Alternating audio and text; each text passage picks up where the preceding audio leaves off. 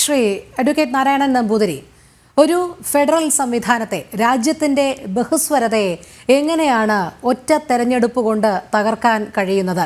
ജനാധിപത്യ വ്യവസ്ഥ എങ്ങനെയാണ് തകരുന്നത്? കാരണം റിപ്പബ്ലിക് ആയതിനു ശേഷമുള്ള 1952ലെയും 57ലെയും തെരഞ്ഞെടുപ്പുകൾ ഒരുമിച്ച് തന്നെയാണ് നടത്തിയത്. പിന്നീട് എപ്പോഴാണ് ഇത് ഫെഡറൽ സംവിധാനങ്ങൾക്ക് കളങ്കമാണ് എന്നുള്ള രീതിയിലേക്കുള്ള ഭാഷ്യം വന്നത്? എന്തുകൊണ്ടാണ് പ്രതിപക്ഷ പാർട്ടികൾ ഇതിനെ മുൻനിർത്തിക്കൊണ്ട് ഒരു രാജ്യം ഒരു തെരഞ്ഞെടുപ്പിനെ എതിർക്കുന്നത്?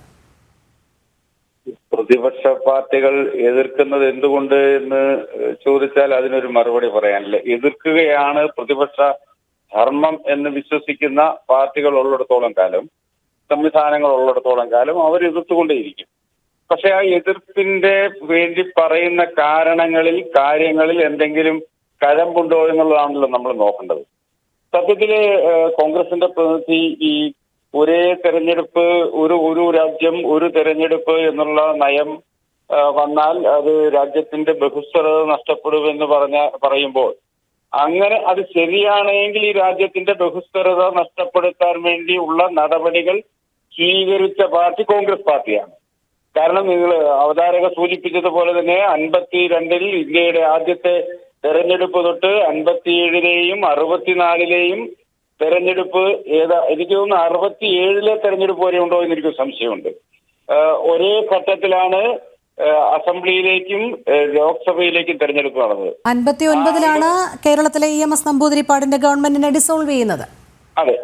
അപ്പോ 52ലെയും 57ലെയും എല്ലാം അത് ശരിയാണ്. ഞാൻ ലോക്സഭാ തെരഞ്ഞെടുപ്പിന്റെ അനുബന്ധമായി 57ലും 64ലും എല്ലാം നടന്ന തെരഞ്ഞെടുപ്പുകൾ ഒരുമിച്ചായിരുന്നു എന്നാണ് എന്റെ ഒരു അറിവ്, ഒരു ഓർമ്മ.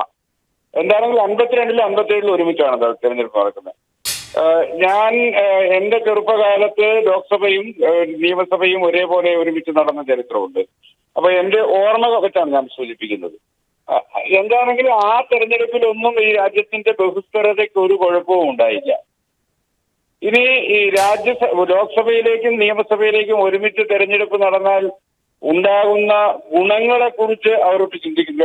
ഈ ഓരോ തെരഞ്ഞെടുപ്പ് ഇന്ത്യയുടെ ഈ അങ്ങ് പറഞ്ഞ ഈ ബഹുസ്വരതയും ഈ സംസ്ഥാനത്തിന്റെ അധികാരവും അവകാശങ്ങളും എല്ലാം നിലനിൽക്കെ ഇന്ത്യയുടെ പ്രത്യേകത എന്ന് പറയുന്ന എല്ലാ വർഷവും ഒരു തെരഞ്ഞെടുപ്പാണ്.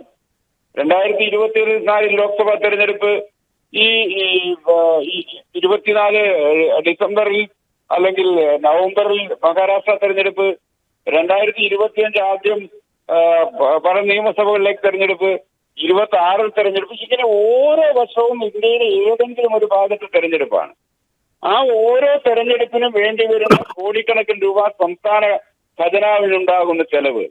അതുമാത്രമല്ല, ഈ ഓരോ തെരഞ്ഞെടുപ്പിന്റെയും തെരഞ്ഞെടുപ്പ് ചട്ടം നിലവിൽ വരുന്നത് നടത്താൻ പറ്റാത്ത വികസന പ്രവർത്തനങ്ങൾ, ഇതൊക്കെ ഇന്ത്യ ഒരു തെരഞ്ഞെടുപ്പ് മാത്രം നടക്കുന്ന ഒരു രാജ്യമായി മാറുന്നു എന്ന് പറയുന്നത് ഒരു ഉയർന്ന വളർന്ന ജനാധിപത്യ സംവിധാനത്തിന് ചേരാത്തതാണ്. അതാണ് അതിന്റെ അടിസ്ഥാന പ്രമാണം. ഒരു രാജ്യത്തിന്റെ ജനാധിപത്യ പ്രക്രിയ അതിന്റെ ഉദാത്തമായ രീതിയിൽ വളർന്നു എന്ന് പറയുന്നത് എപ്പോഴാ? തെരഞ്ഞെടുപ്പുകൾ നടക്കുമ്പോൾ അതിന്റെ ജനാധിപത്യപരമായ തെരഞ്ഞെടുപ്പ് പൂർണ്ണ രീതിയിൽ എല്ലാ വർഷവും തെരഞ്ഞെടുപ്പ് നടക്കുന്നതല്ലാതെ ഒരു പ്രത്യേക ഘട്ടത്തിൽ ഒരുമിച്ച് തെരഞ്ഞെടുപ്പ് നടക്കുന്നു. ഇനി ഒരുമിച്ച് തെരഞ്ഞെടുപ്പ് നടന്നു എന്നുള്ളത് കൊണ്ട് ആ തെരഞ്ഞെടുപ്പിൽ ലോക്സഭയിലും അസംബ്ലിയിലും ഒരേപോലെ ആളുകൾ പ്രതികരിക്കും എന്ന് വിശ്വസിക്കുന്നുണ്ടോ?